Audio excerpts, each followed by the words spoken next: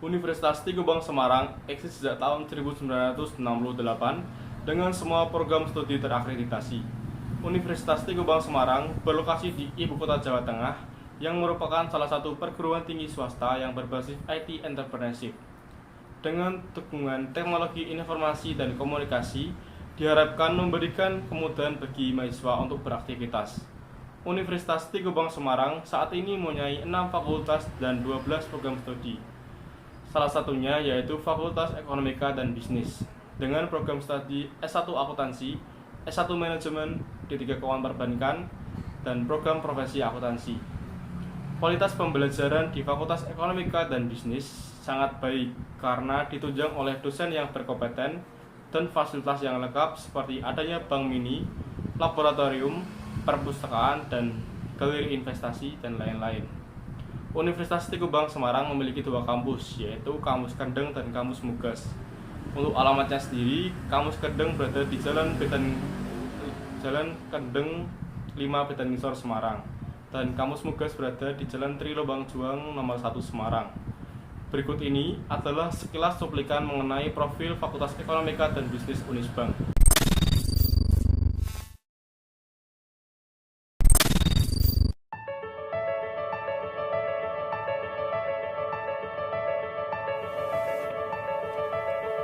Dimulai dari sini, saya merasa bahwa sukses bukan lagi cuma sekedar angan-angan. Dimulai dari sini, saya mulai bertemu dan mempelajari ilmu ekonomi dan bisnis dari dosen-dosen yang profesional dan dosen-dosen yang benar-benar ahli di bidang ekonomi dan bisnis. Dimulai dari sini, saya diajarkan bagaimana menjadi seorang pebisnis yang handal dan terampil. Dimulai dari sini, saya mulai mengerti bagaimana merencanakan sebuah plan agar dapat direalisasikan dengan baik. Selain itu, dimulai dari sini, saya mulai mengerti bagaimana kesulitannya untuk menjadi seorang owner perusahaan yang harus mempertahankan, mengembangkan daripada usaha ini. Apalagi di tengah-tengah persaingan yang berat, dan lagi saya juga merintis karir sebagai karyawan Bank Jateng. Jadi dalam situasi ini saya harus berusaha dua-duanya, karir yang sukses dan usaha yang sukses pula. Sukses bagi saya sih adalah apa yang kita inginkan, apa yang kita cita-citakan bisa tercapai. Tidak mudah sih memang kalau mengingat banyak hal yang telah saya lalui baik suka maupun duka. Kadang teringat sih masa-masa kuliah saat bagaimana saya berjuang hingga menjadi seperti sekarang ini. Peningkatan skill dan kompetensi diasah melalui pelatihan-pelatihan dan praktikum-praktikum di kampus yang sangat berguna sekali untuk perkembangan karier saya saat ini. Itu menjadi bekal yang sangat berharga untuk saya bisa menjadi sukses. Kegiatan kemahasiswaan memupuk percaya diri saya sehingga menjadi bekal saya dalam berkarya di dunia kerja. Pendidikan di sini sangat berkualitas, mulai dari dosen, fasilitas pembelajaran, tidak heran akreditasinya bagus. Sukses kami dimulai dari sini. Sukses kami dimulai dari sini.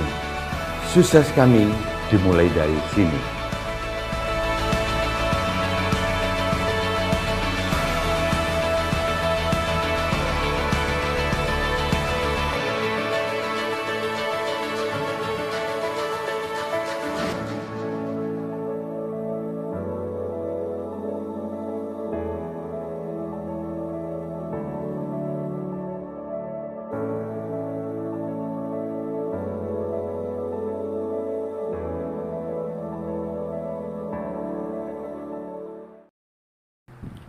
Assalamualaikum warahmatullahi wabarakatuh. Perkenalkan, nama saya Heru Pratomo. Saya dari Universitas Tigo Bank Semarang dengan NIM 1805720010 dari kelas D1 Akuntansi mata kuliah Audit Bank yang diampu oleh Bapak Arif Himawan Dwi Nugroho SEAK MMCA CPA. Pada kesempatan kali ini saya akan menjelaskan tentang program anti pencucian uang dan pencegahan pendanaan terorisme APU PPT di bank. dengan tujuan untuk memenuhi tugas akhir ujian akhir semester mata kuliah audit bank. Baik, untuk cakupan materi pada video kali ini terdiri di atas 5, yaitu yang pertama, definisi pencucian uang dan pendanaan terorisme. Yang kedua, tahapan pencucian uang. Yang ketiga, alasan bank menerapkan program APU PPT.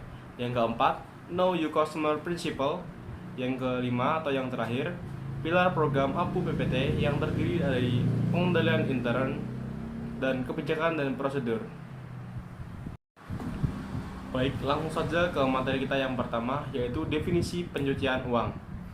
Pencucian uang merupakan suatu upaya perbuatan untuk menyembunyikan atau menyamarkan asal-usul uang atau dana atau harta kekayaan hasil tindak pidana melalui berbagai transaksi keuangan agar uang atau harta kekayaan tersebut tampak seolah-olah berasal dari kegiatan yang sah atau legal.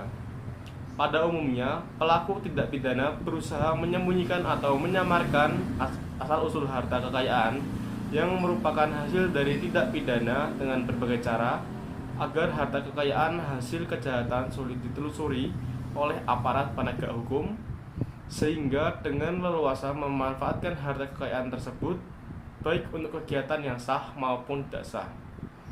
Oleh karena itu, tindak pidana pencucian uang tidak hanya mengancam stabilitas dan integritas sistem perekonomian dan sistem keuangan, melainkan juga dapat membahayakan sendi-sendi kehidupan bermasyarakat, berbangsa, dan bernegara berdasarkan Pancasila dan Undang-Undang Dasar Negara Republik Indonesia tahun 1945. Pencucian uang pada umumnya dilakukan melalui 3 langkah tahapan. Langkah yang pertama, yakni uang atau dana yang dihasilkan dari suatu kegiatan tindak pidana atau kejahatan diubah ke dalam bentuk yang kurang atau tidak menimbulkan kecurigaan melalui penempatan pada sistem keuangan dengan berbagai cara. Tahap ini disebut tahap penempatan atau placement. Langkah kedua adalah melakukan transaksi keuangan yang kompleks, berlapis, dan anonim dengan tujuan memisahkan hasil tindak pidana dari sumbernya ke berbagai rekening sehingga sulit untuk dilacak asal muasalnya. Dengan kata lain, menyembunyikan atau menyamarkan asal-usul harta kekayaan hasil tindak pidana tersebut. Tahap ini juga disebut dengan tahap pelapisan. Langkah ketiga atau final merupakan tahapan di mana pelaku memasukkan kembali dana yang sudah kabur asal-usulnya ke dalam harta kekayaan yang telah sah baik untuk dinikmati langsung, diinvestasikan ke dalam berbagai bentuk kekayaan internal, material maupun keuangan, dipergunakan untuk pembiayaan kegiatan bisnis yang sah ataupun pembiayaan kembali kegiatan tindak pidana. Tahap ini disebut tahap integrasi. Baik, berikutnya ada hukum pencucian di Indonesia. Di Indonesia, hal ini sudah diatur secara yuridis dalam Undang-Undang Republik Indonesia Nomor 8 Tahun 2010 tentang pencegahan dan pemberantasan tindak pidana pencucian uang, di mana pencucian uang dibedakan dalam 3 tindak pidana. Yang pertama, tindak pidana pencucian uang aktif, yaitu setiap orang yang menempatkan, mentransfer, mengalihkan, membelanjakan, membayarkan, menghibahkan, menitipkan, membawa ke luar negeri, mengubah bentuk, menukarkan dengan uang-uang atau surat berharga, atau perbuatan lain atas harta kekayaan yang diketahuinya atau patut diduganya merupakan hasil tindak pidana sebagaimana dimaksud dalam pasal 2 ayat 1 dengan tujuan menyembunyikan atau menyamakan asal-usul harta kekayaan. Kedua, tindak pidana pencucian uang pasif yang dikarenakan karena orang yang menerima atau menguasai penempatan, pentransferan, pembayaran, hibah, sumbangan, penitipan, penukaran, atau menggunakan harta kekayaan yang diketahui atau patut diduganya merupakan hasil tindak pidana sebagaimana dimaksud dalam pasal 2 ayat 1. Hal tersebut dianggap juga sama dengan melakukan pencucian uang, namun dikecualikan bagi pihak pelapor yang melaksanakan kewajiban pelaporan sebagaimana diatur dalam undang-undang ini atau atau Pasal 5 UU RI Nomor 8 Tahun 2010. Ketiga, Pasal 4 UU RI Nomor 8 Tahun 2010 dikenakan pula bagi mereka yang menikmati hasil tindak pidana pencucian uang yang dikenakan kepada setiap orang yang menyembunyikan atau menyamarkan asal-usul, sumber lokasi, peruntukan, pengalihan hak-hak atau kepemilikan yang sebenarnya atas harta kekayaan yang diketahuinya atau patut diduganya merupakan hasil tindak pidana sebagaimana dimaksud dalam Pasal 2 Ayat 1. Hal ini pun dianggap sama dengan melakukan pencucian uang. Untuk sanksi bagi pelaku tindak pidana pencucian uang cukup berat, yakni dimulai dari hukuman paling lama maksimum 20 tahun penjara dan dengan denda paling banyak 10 miliar rupiah. Hasil tindak pidana pencucian Pasal 2 UU RI Nomor 8 Tahun 2010. 1. Hasil tindak pidana adalah harta kekayaan yang diperoleh dari tindak pidana korupsi, penyuapan, narkotika, psikotropika, penyelundupan tenaga kerja, penyelundupan migran, di bidang perbankan, di bidang pasar modal, di bidang pengasuransian, kepabean, cukai, perdagangan orang, perdagangan senjata gelap, terorisme, penculikan, pencurian, penggelapan, penipuan, pemalsuan uang, perjudian, prostitusi, di bidang perpajakan, di bidang kehutanan, di bidang lingkungan hidup, di bidang kelautan dan perikanan, dan tindak pidana lain yang diancam dengan pidana 4 tahun atau lebih yang dilakukan di wilayah negara kesatuan Republik Indonesia atau di luar wilayah kesatuan Republik Indonesia, dan tindak pidana tersebut juga merupakan tindak pidana menurut hukum Indonesia. 2. Harta kekayaan yang diketahui atau patut diduga akan digunakan dan atau digunakan secara langsung atau tidak langsung untuk kegiatan terorisme, organisasi terorisme, atau teroris perseorangan disamakan sebagai hasil tindak pidana sebagaimana dimaksud pada ayat 1 huruf N. Berikutnya ada pendanaan terorisme. Untuk definisinya sendiri, pendanaan terorisme merupakan segala perbuatan dalam rangka menyediakan, mengumpulkan, memberikan, atau meminjamkan dana baik langsung maupun tidak langsung dengan maksud untuk digunakan dan atau diketahui akan digunakan untuk melakukan kegiatan terorisme, organisasi teroris, atau teroris. Tindak pidana terorisme adalah segala perbuatan yang memenuhi unsur tindak pidana sesuai dengan ketentuan dalam undang-undang yang mengatur pemberantasan tindak pidana terorisme. Setiap orang yang dimaksud adalah orang perseorangan atau korporasi. Korporasi sendiri adalah kumpulan orang atau kekayaan yang terorganisir, baik merupakan badan hukum maupun bukan badan hukum. Transaksi adalah seluruh kegiatan yang menimbulkan hak atau kewajiban atau menyebabkan timbulnya hubungan hukum antara kedua pihak atau lebih. Transaksi keuangan mencurigakan terkait pendanaan terorisme adalah 1. Transaksi keuangan dengan maksud untuk digunakan dan atau diketahui untuk digunakan melakukan tindak pidana terorisme. Kedua, transaksi yang melibatkan setiap orang yang berdasarkan daftar terduga teroris dan organisasi teroris. Dana adalah semua aset atau benda gerak atau tidak bergerak, baik yang berwujud maupun yang tidak berwujud, yang diperoleh dengan cara apapun dalam bentuk apapun, termasuk dalam format digital maupun elektronik, alat bukti kepemilikan atau keterkaitan dengan semua aset atau benda tersebut, termasuk tapi tidak terbatas pada kredit bank, cek perjalanan, cek yang dikeluarkan oleh bank, perintah pengiriman uang, saham, sekuritas, obligasi, bank draft, dan seluruh pengakuan utang. Pemblokiran adalah tindak pencegahan, pentransferan, pengubahan bentuk, penukaran, penempatan, pembagian, pemindahan, atau pergerakan dana untuk jangka waktu tertentu. Pusat pelaporan dan analisis transaksi keuangan yang selanjutnya disingkat PPATK adalah lembaga sebagaimana dimaksud dalam Undang-Undang tentang Pencegahan dan Pemberantasan Tindak Pidana Pencucian Uang. Penyedia jasa keuangan yang selanjutnya disingkat PJK adalah setiap orang yang menyediakan jasa di bidang keuangan dan jasa lainnya yang terkait dengan keuangan baik formal maupun non-formal. Penggunaan jasa keuangan adalah pihak yang menawarkan jasa PJK. Lembaga dan pengatur yang selanjutnya disingkat LPP adalah lembaga yang memiliki kewenangan pengawasan, pengaturan, dan pengenaan sanksi terhadap PJK. Personel pengendali korporasi adalah setiap orang yang memiliki kekuasaan atau wewenang sebagai penentu kebijakan korporasi atau memiliki kewenangan untuk melakukan kebijakan korporasi tersebut tanpa harus mendapat otorisasi dari atasan.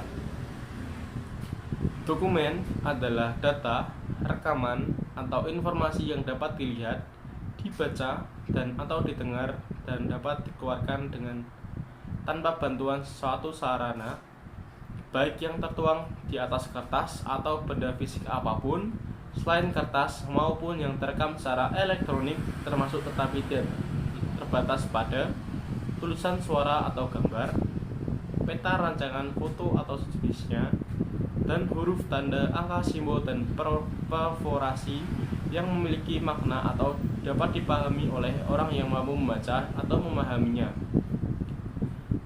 1. Undang-undang ini berlaku terhadap 1. Setiap orang yang melakukan atau bermaksud melakukan tindak pidana pendanaan terorisme di wilayah Negara Kesatuan Republik Indonesia dan luar wilayah Negara Kesatuan Republik Indonesia, dan dana yang terkait dengan pendanaan terorisme di wilayah Negara Kesatuan Republik Indonesia dan luar wilayah Negara Kesatuan Republik Indonesia. 2. Undang-undang ini juga berlaku terhadap tindak pidana pendanaan terorisme yang terjadi di luar wilayah negara Republik Indonesia apabila 1. dilakukan oleh warga negara Indonesia, 2. terkait dengan tindak pidana terorisme terhadap warga negara Indonesia, 3. terkait dengan tindak pidana terorisme terhadap fasilitas pemerintah Indonesia termasuk perwakilan Indonesia atau tempat kediaman pejabat diplomatik atau konsuler dari Indonesia. 4. terkait dengan tindak pidana terorisme yang dilakukan sebagai upaya memaksa pemerintah Indonesia melakukan atau tidak melakukan suatu tindakan. 5. terkait dengan tindak pidana terorisme terhadap pesawat udara yang beroperasi oleh negara Indonesia. Yang ke-6, terkait dengan tindak pidana terorisme di atas kapal yang berbendera Negara Kesatuan Republik Indonesia atau pesawat udara yang terdaftar berdasarkan Undang-Undang Negara Indonesia pada saat tindak pidana itu dilakukan. Atau yang ke-7, dilakukan oleh setiap orang yang memiliki kewarganegaraan dan bertempat tinggal di wilayah Negara Kesatuan Republik Indonesia. Tindak pidana terorisme yang diatur dalam undang-undang ini dikecualikan dari tindak pidana politik yang berkaitan dengan tindak pidana politik, tindak pidana dengan motif politik, dan tindak pidana dengan tujuan politik yang menghambat proses ekstradisi dan atau permintaan bantuan timbal balik dalam masalah pidana. Setiap orang yang dengan senjata menyediakan, mengumpulkan, memberikan, atau meminjamkan dana, baik langsung maupun tidak langsung, dengan maksud seluruhnya atau sebagian untuk melakukan tindak pidana teroris, organisasi teroris atau teroris dipidana karena melakukan tindak pidana pendanaan teroris dengan pidana penjara paling lama 15 tahun penjara dan pidana denda paling banyak 1 miliar rupiah. Setiap orang melakukan pemufakatan jahat, percobaan, atau pembantuan untuk melakukan tindak pidana pendanaan terorisme dipidana karena melakukan tindak pidana pendanaan terorisme dengan pidana yang sama sebagaimana dimaksud dalam pasal 4. Setiap orang yang dengan segala merencanakan, mengorganisasikan, atau menggerakkan orang lain untuk melakukan tindak pidana sebagaimana dimaksud dalam pasal 4 dipidana karena melakukan tindak pidana pendanaan terorisme dengan pidana penjara seumur hidup atau pidana paling lama 20 tahun. Dalam hal terpidana tak mampu membayar pidana dengan denda sebagaimana dimaksud dalam pasal 4 dan pasal 5, pidana denda diganti dengan pidana kurungan paling lama 1 tahun 4 bulan. 1. Dalam hal tindak pidana terorisme sebagaimana dalam pasal 4, pasal 5 dan pasal 6 dilakukan oleh korporasi, pidana dijatuhkan terhadap korporasi dan personil pengendali korporasi. 2. Pidana dijatuhkan terhadap korporasi jika tindak pidana pendanaan terorisme dilakukan atau diperintahkan oleh personil pengendali korporasi, dilakukan dalam rangka pemenuhan maksud dan tujuan korporasi, dilakukan dengan tugas dan fungsi pelaku atau pemberi perintah dalam korporasi, dilakukan oleh personel pengendali korporasi dengan maksud memberikan manfaat bagi korporasi. Ketiga, dalam hal tuntutan pidana dilakukan terhadap korporasi, panggilan untuk menghadap dan penyerahan surat panggilan disampaikan kepada pengurus atau personel pengendali korporasi di tempat tinggal pengurus atau tempat pengurus berkantor. 4. Pidana pokok yang dijatuhkan terhadap korporasi berupa pidana denda paling banyak 100 miliar rupiah. 5. Selain pidana denda sebagaimana dimaksud pada ayat 4, terhadap korporasi juga dapat dijatuhi pidana tambahan berupa 1. Pembekuan sebagian atau seluruh kegiatan korporasi, pencabutan izin usaha dan dinyatakan sebagai korporasi terlarang, pembubaran korporasi, perampasan aset korporasi untuk negara, pengambilan korporasi oleh negara, atau pengumuman putusan pengadilan. Keenam, dalam hal korporasi tidak mampu membayar pidana dengan sebagaimana dimaksud pada ayat 4, pidana denda diganti dengan perampasan harta kekayaan milik korporasi dan atau personil pengendali korporasi yang berkaitan dengan tindak pidana pendanaan terorisme yang dinilai sama dengan putusan pidana yang dijatuhkan. Ketujuh, dalam hal penjualan harta kekayaan milik korporasi yang dirampas sebagaimana dimaksud pada ayat 6, tidak mencukupi pidana kurungan pengganti denda dijatuhkan terhadap personel pengendali korporasi dengan menghitungkan denda yang telah dibayar.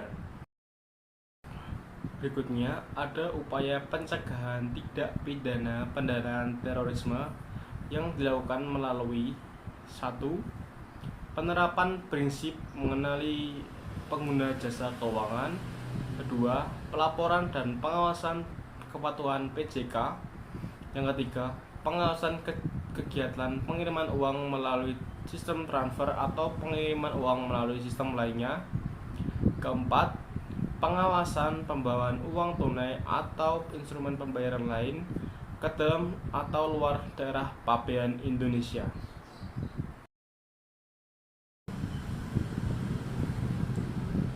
Berikutnya ada tahap pencucian uang. Terdapat 3 tahap dalam tindakan pencucian uang. Ketiga proses tersebut meliputi yang pertama, 1. Penempatan atau placement proses. Yang pertama adalah placement atau penempatan. Proses ini merupakan upaya untuk menempatkan suatu dana atau aset yang didapat dari sebuah kegiatan tidak kriminal menuju sistem keuangan. Sistem keuangan ini bisa berupa penempatan uang pada bank, memberikan sejumlah biaya pada suatu usaha. Kemudian, kegiatan tersebut dibuat seolah-olah sah, seperti halnya memberikan kredit maupun pembiayaan dengan menjadikan kas sebagai kredit. Contoh dari proses penempatan pada tindakan money laundering adalah membeli barang dengan harga yang cukup tinggi untuk memenuhi kebutuhan pribadi. 2. Transfer atau layering. Setelah melakukan proses pertama, yaitu penempatan, oknum pencucian uang biasanya akan melakukan proses transfer atau layering. Proses ini sendiri dilakukan dengan cara memisahkan dana hasil pencucian uang dari sumbernya.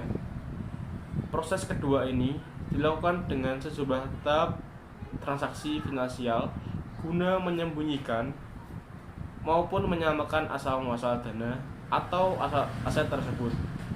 Dalam kegiatan layering ini, Pelaku akan melakukan proses pemindahan aset atau dana dari suatu rekening maupun lokasi sebagai hasil dari plus minus menuju tempat lain. Hal ini bisa dilakukan melalui sekumpulan transaksi yang bisa dibilang kompleks dan dibuat dengan tujuan untuk menyamarkan serta menghilangkan jejak dari sumber dana yang digelapkan tersebut. Contoh dari praktik proses layering ini adalah melakukan transfer dana dari suatu bank menuju bank lain di wilayah atau negara berbeda. Proses transfer ini juga dilakukan dengan memindahkan dana lintas batas negara menggunakan jaringan aktivitas usaha syah atau shell company atau perusahaan cangkang. Yang ketiga, menggunakan harta kekayaan atau integration process. Yang terakhir dari tindakan pencucian uang adalah integration. Proses integrasi atau menggunakan harta kekayaan merupakan upaya untuk menggunakan aset atau dana yang telah terlihat sah dari tindakan pencucian uang tersebut. Penggunaan harta kekayaan tersebut bisa dengan cara menikmati secara langsung, melakukan investasi di banyak instrumen dan bentuk kekayaan materi maupun keuangan. Selain itu, proses integration ini juga bisa dilakukan oleh pelaku money laundering dengan menggunakan dana yang didapatkan untuk membiayai berbagai kegiatan usaha yang sah. Pelaku juga memberikan dana pada kegiatan tidak kriminal lainnya yang sekiranya sulit dideteksi. Pada umumnya, pelaku tidak pidana tidak hanya memberikan hasil atau dana yang akan didapatnya. Oknum money laundering juga seringkali menganggap remeh besaran biaya yang harus dikucurkan agar niat buruk berhasil dilakukan dan menghilangkan jejak atau sumber kekayaan yang didapatkan tersebut. Sebab tujuan pencucian uang adalah untuk menggelapkan atau menghilangkan jejak atau sumber uang. Dengan begitu, hasil dari kegiatan kejahatan tersebut bisa dinikmati oleh pelaku dan digunakan dengan sesuka hati tanpa takut ada pihak lain yang mengetahui. Berikutnya, ada alasan bank menerapkan program APU PPT. Sistem Pembayaran Indonesia atau SPI tahun 2005 menjamin keseimbangan antara inovasi dengan integritas sistem pembayaran melalui penerapan anti pencucian uang, pencegahan pendanaan terorisme, serta pencegahan pendanaan proliferasi senjata pemusnah massal sebagaimana visi 4 Blueprint SPI 2025, yakni SPI 2025 menjamin keseimbangan antara inovasi dengan customer protection, integritas dan stabilitas serta persaingan usaha yang sehat melalui penerapan KYC dan AMIL CVT, kewajiban keterbukaan data informasi atau bisnis publik, dan penerapan RegTech dan SubTech dalam kewajiban pelaporan, regulasi, dan pengawasan. Framework APU PPT dibangun untuk mendukung pencapaian visi SPI 2025 serta mencegah aktivitas pencucian uang, pendanaan terorisme, dan pendanaan proliferasi senjata pemusnah massal yang menimbulkan berbagai risiko antara lain sebagai berikut. 1. Mengancam stabilitas perekonomian dan integritas sistem keuangan. 2. Mengurangi kredibilitas Indonesia di mata internasional. 3. Meningkatkan risiko investasi. 4. Pendanaan tidak pidana terorisme merupakan salah satu bentuk ancaman bagi kedaulatan negara. Adapun capaian akhir dari implementasi APU PPT pada SPI adalah sebagai berikut. 1.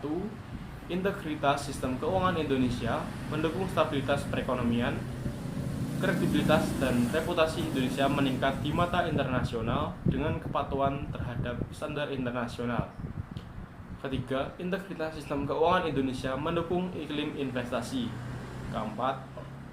Aksi teror dapat dimitigasi melalui pencegahan pendanaan terorisme. Berikutnya ada kebijakan APU PPT. Sebagai lembaga pengawas dan mengatur atau LPP, Bank Indonesia telah mengeluarkan berbagai ketentuan dan pedoman terkait APU PPT. Bank Indonesia telah menerbitkan Peraturan Bank Indonesia Nomor 19/10 PBI tahun 2017 tentang penerapan anti pencucian uang dan pencegahan pendanaan terorisme bagi penyelenggara jasa sistem pembayaran selain bank dan penyelenggara kegiatan usaha penukaran valuta asing bukan bank, atau selanjutnya disebut API/APU PPT. Ketentuan dalam API/APU PPT ini berlaku sejak September tahun 2017 dan bagi PJSP selain bank serta penyelenggara KUPVA bukan bank. Dalam PPI tersebut telah diatur kewajiban penerapan APU PPT oleh penyelenggara KUPVA bukan bank dan PJSP selain bank yang meliputi 1. Tugas dan tanggung jawab direksi dan pengawasan aktif Dewan Komisaris. 2. Kebijakan dan prosedur tertulis. 3. Proses manajemen resiko. 4. Manajemen sumber daya manusia dan sistem pengendalian internal. Dalam menyusun PBI/APU PPT, Bank Indonesia mengadopsi berbagai ketentuan antara lain 1. FATF 40 Recommendation dan Undang-Undang Nomor 8 Tahun 2010 tentang pencegahan dan pemberantasan tindak pidana pencucian uang. Yang ketiga ada Undang-Undang Nomor 9 Tahun 2013 tentang pencegahan dan pemberantasan tindak pidana terorisme. Baik, berikutnya ada Know Your Customer Principle. Know Your Consumer Principle merupakan realisasi prinsip-prinsip kehati-hatian. Prinsip mengenal nasabah merupakan prinsip yang diterapkan bank untuk mengetahui identitas nasabah, memantau kegiatan transaksi nasabah, termasuk pelaporan transaksi yang mencurigakan. Prinsip ini mendapat pengaturannya dalam Peraturan Bank Indonesia Nomor 3 Tahun 2001 sebagaimana diubah dengan Peraturan Bank Indonesia Nomor 5/23 PBI tahun 2003 dengan tanggal 23 Oktober tahun 2003. Dalam peraturan tersebut jelas bahwa prinsip mengenai nasabah merupakan salah satu upaya dalam melaksanakan prinsip kehati-hatian. Prinsip mengenal nasabah ini wajib diterapkan oleh bank, yaitu bank umum sebagaimana dimaksud dalam UU Perbankan 1992 sebagaimana telah diubah dengan UU Perbankan 1998. Ketentuan mengenai prinsip mengenal nasabah yang dikeluarkan oleh lembaga pengawas masing-masing bank merupakan instrumen yang digunakan oleh bank terhadap nasabahnya. Kewajiban dari bank berkenaan dengan prinsip mengenal nasabah dituangkan dalam kebijakan-kebijakan bank, dan kebijakan-kebijakan yang dimaksud adalah sebagai berikut. 1. Kebijakan penerimaan nasabah. 2. Kebijakan dan prosedur mengidentifikasi nasabah. 3. Kebijakan dan prosedur pemantauan terhadap rekening dan transaksi nasabah. Yang keempat, kebijakan dan prosedur manajemen risiko yang berkaitan dengan prinsip mengenal nasabah.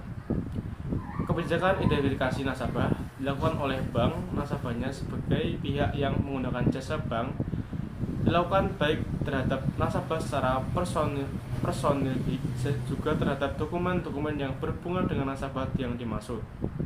Demikian pula apabila jasa yang digunakan oleh nasabah secara elektronik, bank tetap diwajibkan melakukan pertemuan sekurang-kurangnya pada saat pembukaan rekening. Kebijakan identifikasi ini tidak sebatas hanya pada mengenal nasabah semata, akan tetapi juga harus dilakukan monitoring terhadap rekening nasabah.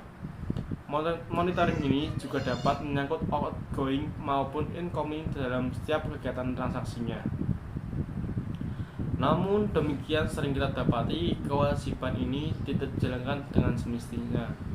Misalnya saja dalam penawaran pembuatan kartu kredit, bahkan beberapa institusi perbankan menggunakan jasa pihak ketiga dalam melakukan penawarannya. Selain itu juga kebenaran identitas dari nasabah tidak dilakukan pengecekan ulang kepada pejabat atau pemerintahan setempat guna meyakinkan keberadaan calon nasabahnya. Keadaan seperti itu baru terungkap manakala nasabahnya tidak lagi dapat memenuhi kewajibannya sebagaimana yang telah disepakatinya. Apabila diperlukan, bank dapat melakukan wawancara dalam rangka meneliti dan meyakini keabsahan dan kebenaran keterangan atau dokumen yang berhubungan dengan nasabah, bahkan menyangkut kejelasan dana dalam rekeningnya, sebagaimana diungkapkan dalam iklan layanan masyarakat dengan ungkapan kenapa harus risih kalau bersih. Berikutnya ada pilar APU PPT. Yang pertama ada pengendalian intern, melakukan pemantauan dan evaluasi atas pelaksanaan kebijakan program APU dan PPT melalui metode-metode sebagai berikut.